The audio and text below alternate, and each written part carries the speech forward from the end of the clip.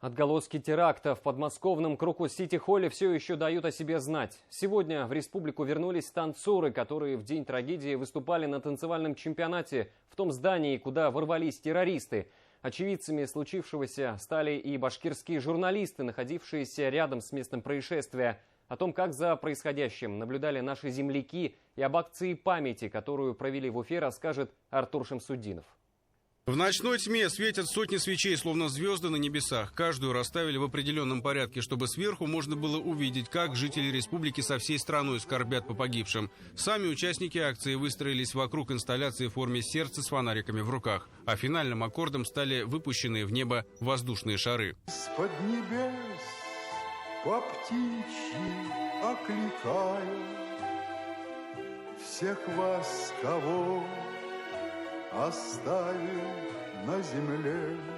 Песню «Журавли» выбрали не случайно. Советский хит в свое время исполнил Муслим Магомаев, в честь которого и назвали концертный зал в Крокус-Сити-холле. Тот самый, в который ворвались террористы.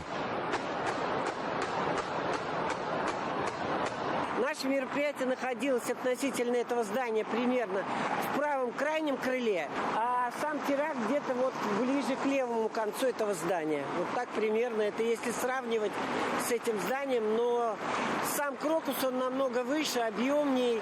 В момент, когда нападавшие расстреливали посетителей, Римма Кондусова находилась в том же здании. Женщина была в жюри чемпионата по танцевальному спорту, проходившему в Крокус-Сити-холле. Незадолго до теракта свои выступления завершили башкирские участники. После того, как в здании объявили эвакуацию, танцоры и зрители покинули помещение. Когда нам объяснило руководство, что желательно в ближайший быстрый момент освободить все и выйти на улицу, мы поняли, что это достаточно серьезно и достаточно, так скажем, особого времени для расслабления не было. Когда уже мы вышли на улицу, вот над этим концертным залом был огромный столб дыма, и некая часть пожара была видна.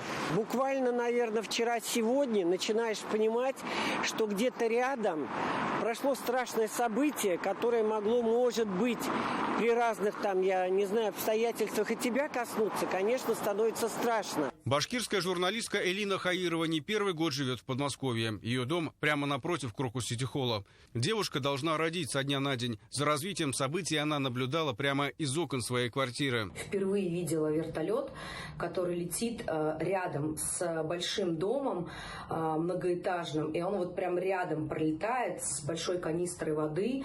И это не один вертолет, а постоянно. Это сильный гул, вплоть до того, что даже там тряслись немножко окна. В общедомовых чатах стала появляться информация о том, что чтобы мы не покидали свои квартиры, никуда не выходили. Была вероятность, что они побегут в нашу сторону, и жертв будет еще больше, потому что они будут стрелять по мирным жителям. После теракта россиян, в том числе жителей республики, в соцсетях и мессенджерах начали атаковать провокаторы. За деньги неизвестные предлагают устроить похожее преступление.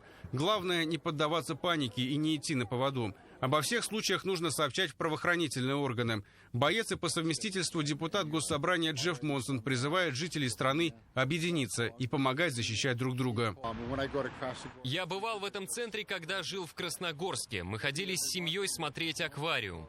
Я просто в шоке, когда представляю, что что-то могло случиться с моей дочерью.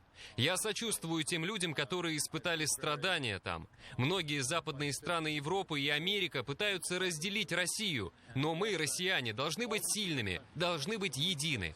Знаете, я видел много стран, но только здесь я почувствовал себя дома.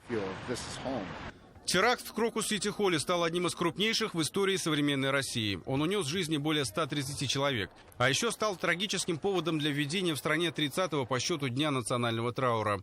Предпоследний до него вводили из-за пожара в торговом центре «Зимняя вишня», который произошел 25 марта 2018 года. Отголоски нынешней трагедии, очевидно, еще долго будут напоминать о себе и отзываться в сердцах жителей страны.